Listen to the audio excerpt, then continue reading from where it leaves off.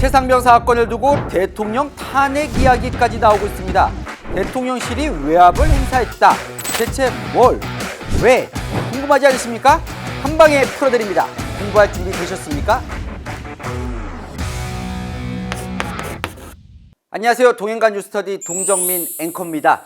순직 해병 수사 방해 및 사건 은폐 등의 진상 규명을 위한 특별검사의 임명 등에 관한 법률안, 이른바 최상병 특검 법안, 국회를 통과했습니다. 자, 대통령이 거부권을 행사할 가능성이 높고, 이 사건 22대 국회에서도 전국의 가장 첫 번째 충돌 지점이 될 것이 분명해 보입니다. 올해 내내 이번 전국 상황에서 핵심 이슈가 이어질 이슈라 제가 한번 정리를 해드릴 겁니다. 어제 제가 개괄적인 건 설명을 드렸어요. 그런데 그게 이제 불똥이 튄 거예요. 자, 대통령 이건 탄핵감이다. 이건 대통령을 흠집내기 위한 끌어내리기다. 이 두 가지의 중심에 누가 있습니까? 지금 대통령이 있는 거예요. 그래서 이게 시끄러운 겁니다. 고 최상병 사건. 자, 어제 살펴봤듯이 원래 시작은 박정훈 수사단장의 항명 논란과 임성근 1사단장 과실치사 논란이었습니다. 이게 불똥이 튄 겁니다. 어디로? 대통령실로. 자, 이 구도가 된 거죠. 대통령실과 민주당의 대결 구도로요. 이른바 대통령실 외압이 있었다. 언제? 7월 30일부터 8월 2일까지 이 3박 4일간 대통령실에 외압이 있었다라는 의혹이 지금 불거지고 있는데요. 이때 도대체 무슨 일이 있었던 건지 살펴볼 겁니다. 그런데요, 여러분, 이게 전제가 있어야 됩니다. 지금요, 진실은 알 수 없습니다. 왜냐하면 공수처가 수사 중이잖아요. 그죠? 그래서 지금 관계자들의 조사를 계속 진행을 하고 있기 때문에 제가 진실을 말씀드릴 수는 없고, 당연히 다만 팩트만, 뉴스터디는 늘 팩트만 지향합니다. 일목요연하게 지금까지 진행된 사건, 알려진 사건, 사건 내용, 그리고 어떤 의혹이 불거지고 있는지 제가 한 방에 이해하기 쉽게 정리를 해드리겠습니다. 동투더 뉴스. 대통령실 외압은 이 과정에서 지금 있었다는 의혹이 불거진 거죠. 작년 7월 15일 날 경북 예천에서 기록적인 폭우가 발생을 하고, 거기서 실종자 9명이 발생하면서 해병대에 있던 1사단에 있던 최상병이 그 수색 작업에 같이 참여를 했는데, 내성천, 경북 예천 내성천에 집안이 침하되면서 급류에 휩쓸려 갖고 오후 11시 사망한 채 발견이 됩니다. 그죠? 그 다음날 윤석열 대통령은 사고 원인을 철저히 조사하라고 지시를 하고, 그거를 조사를 맡은 해병대 수사단은 열흘 지난 7월 30일 박정훈 해병대 수사단장은 8명을 과실치사 혐의로 넘기겠다고 보고를 합니다. 누구에게? 이종석 국방부 장관에게. 이종석 장관은 그거를 결재를 해주죠. 원래 31일 그래서 발표를 하려고 했는데, 갑자기 발표 직전에 이종석 국방부 장관은 이 내용 보고 취소하고 이첩하지 마라라고 보류 지시를 내려요. 그런데 8월 2일 이틀 뒤에 박정훈 대령은 보류하고 경찰에 넘기지 말라는 이 내용을 경북경찰청에 넘기고, 그거를 안 국방부 검찰단은 이 내용을 회수합니다. 8월 21일에 원래는 8명을 박정훈 수사단장 넘기자고 했는데 2명만 과실치사 혐의로 하자. 자, 그런데 지금 의혹은 이 과정에서 7월 30일부터 8월 2일 보고하고 하지 말라고 막고, 그런데 넘기고 다시 회수하는 과정에서 누가 외압을 넣었냐? 대통령실이 외압을 넣었다는 의혹이 발생한 거죠. 그 주장을 누가 하고 있느냐? 박정훈 수사단장, 전 수사단장이죠. 이제 박정훈 대령이 하고 있는 겁니다. 자, 대통령실은 우리는 특정인 빼라고 한 이런 지시 한 적이 없어라고 지금 부인을 하고 있는 상황.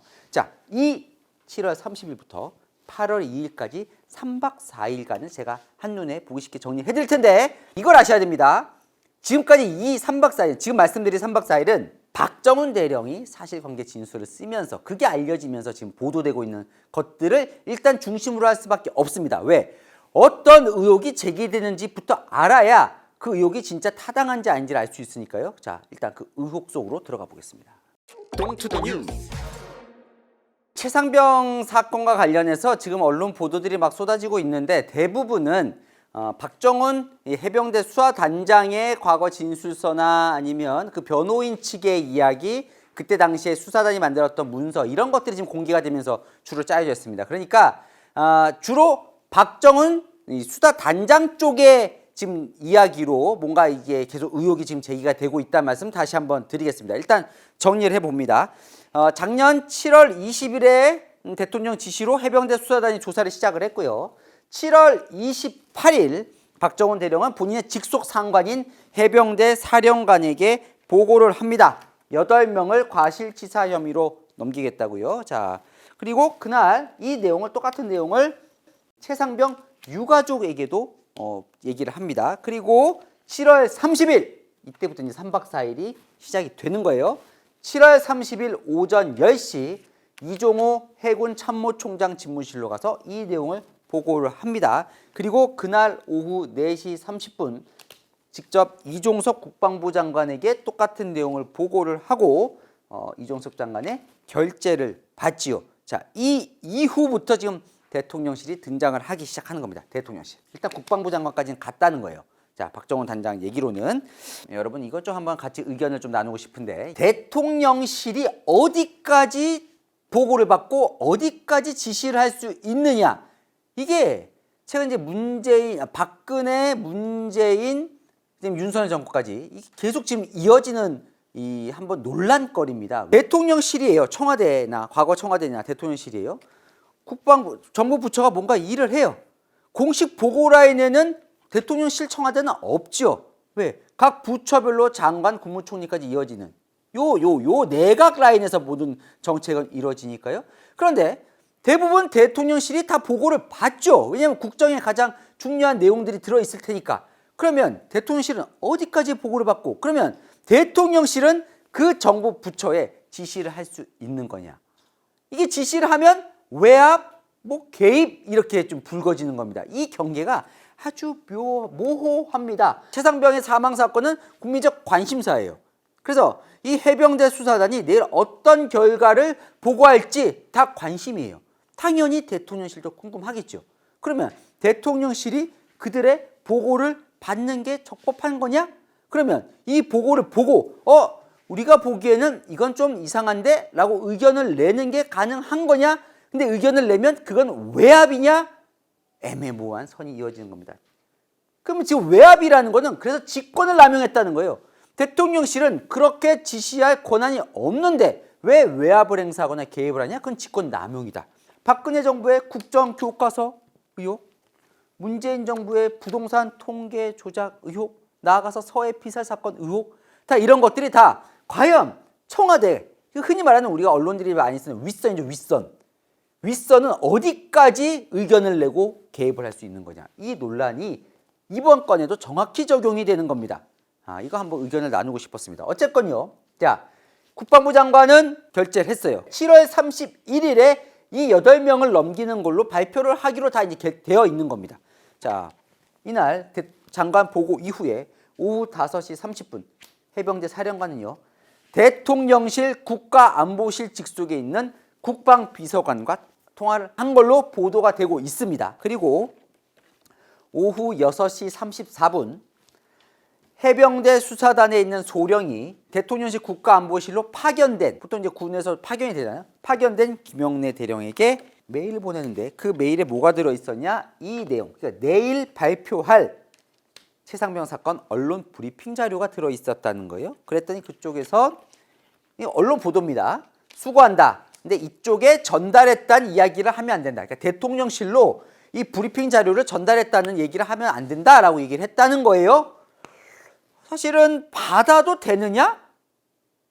받아도 된다고도 또 볼 수 있는 거죠. 당연히 정부 부처에서 내일 뭘 발표할 거 대통령실도 알아야 되는 거 아니냐라고 생각할 수도 있는 거고, 아니 대통령실 네가 왜 알아야 돼? 정부 부처가 이미 결정했는데 라고 볼 수도 있는 겁니다. 자, 그리고 나서 7월 31일 요게 이제 스모킹 건인데 오전에 외교안보 수석 보좌관 회의가 열렸고 대통령실에서 그때 보고를 했다는 거예요. 자, 8명을 넘길 겁니다.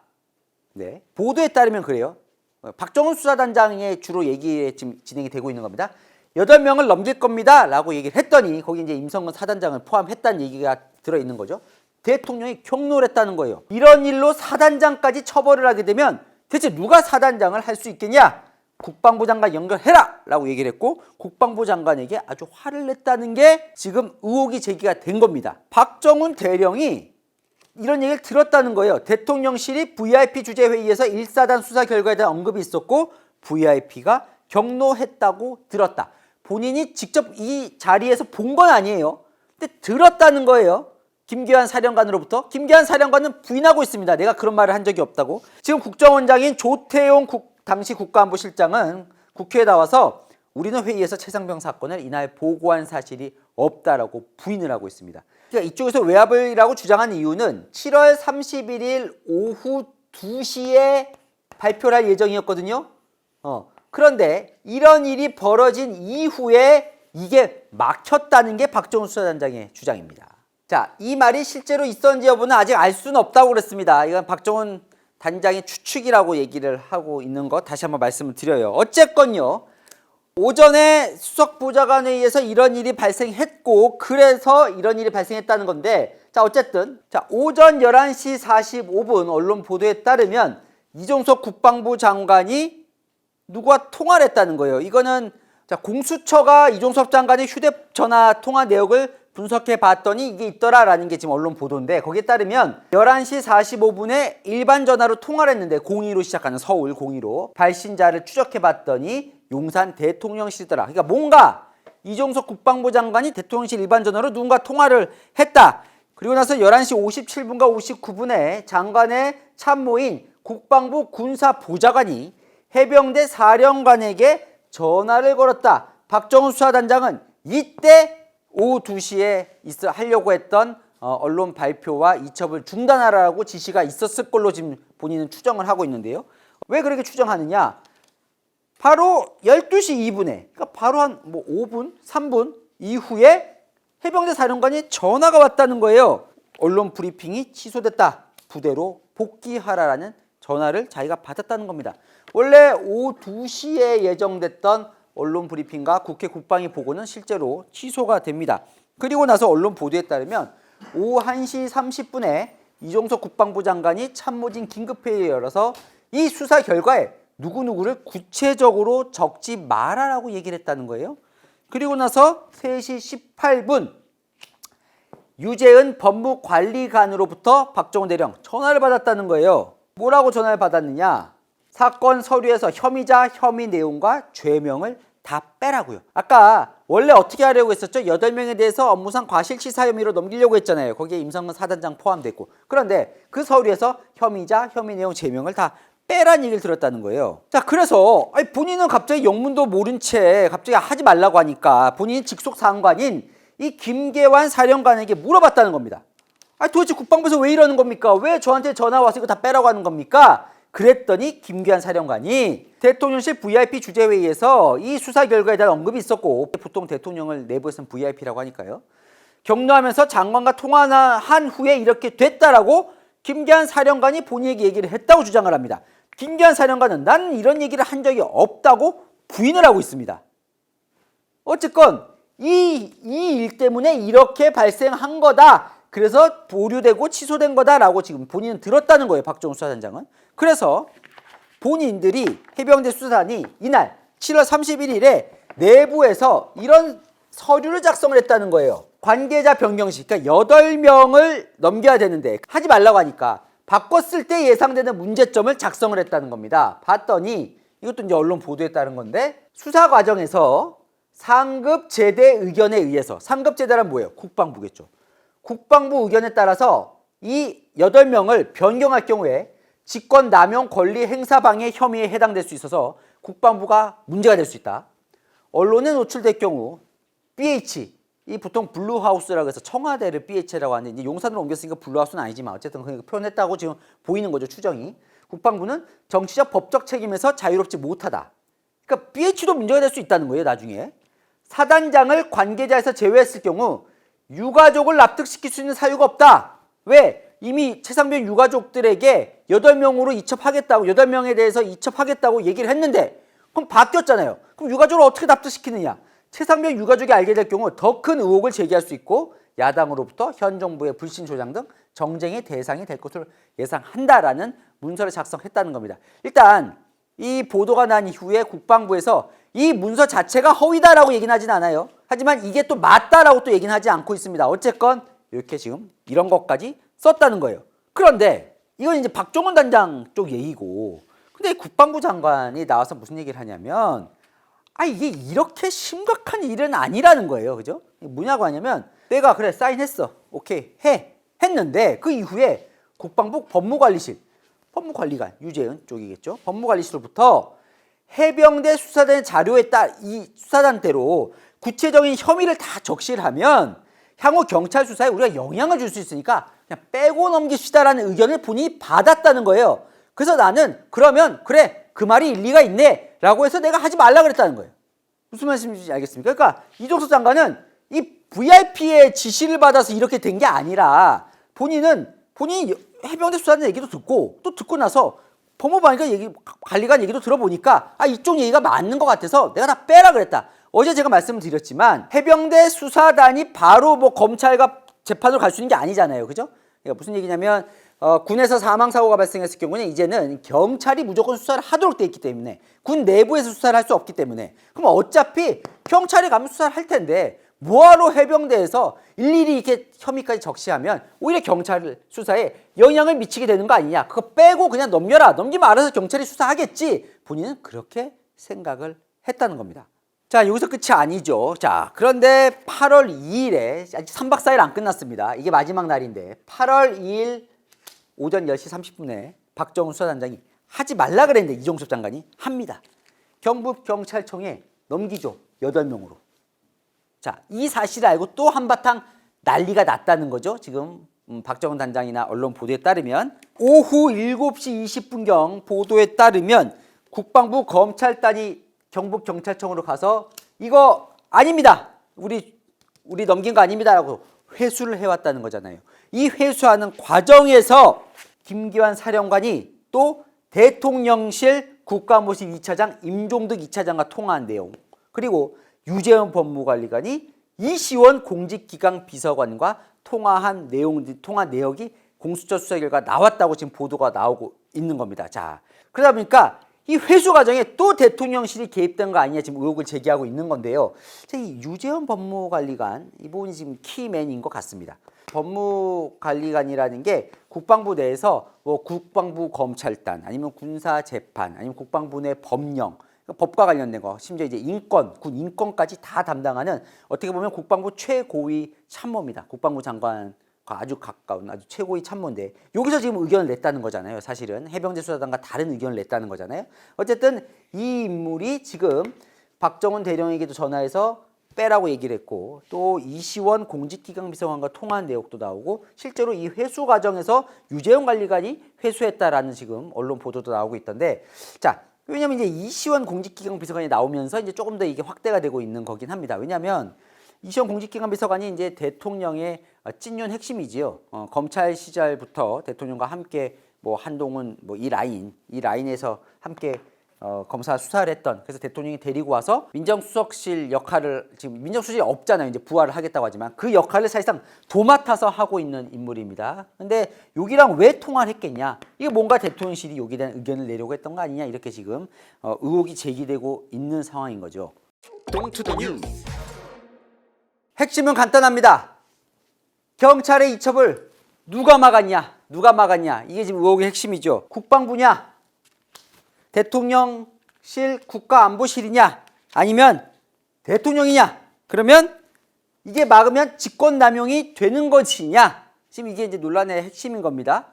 지금 법적으로 보면요 막은 것 자체가 아무런 문제가 안 된다고 지금 얘기를 하고 있어요. 왜 안 된다고 얘기를 하느냐 자 보십시오. 이런 얘기입니다. 이쪽에서는 이종석 국방부 장관이 하지 말라 그랬어요. 당연히 국방부 장관이 지시할 수 있는 거 아니냐는 거예요. 지휘 체계 있잖아요. 그러니까 해병대 사령관 있고 뭐 해군 참모총장 있고 다 거기에 국방부 장관이 위에 있잖아요. 당연히 지시를 낼 수 있는 이게 무슨 외압이 되고 개입이 되냐라는 거고 정상적인 지시다 우린. 개입이 안 되는 이유가 또 있다. 왜? 자 아까 제가 잠깐 말씀드렸지만 법이 개정되면서 이제 군 내에서 사망 사고가 발생하면 거기에 대한 수사를 누구만 할 수 있냐? 경찰이 하도록 돼 있어요. 예전에는 군에서 할 수 있도록 했지만 이 군에서 자꾸 하니까 은폐하려고 한다. 그래서 아예 제3기관인 경찰이 하도록 하다. 그게 무슨 얘기냐면 해병대 수사단은 수사권 자체가 없다는 거예요. 조사만 할 수 있지. 어차피 수사는 경찰에서 할 건데 이 해병대 수사단에서 수사 개입이다. 수사 개입이란 말 자체가 성립이 안 된다는 겁니다. 왜? 해병대 수사단은 수사권이 없으니까.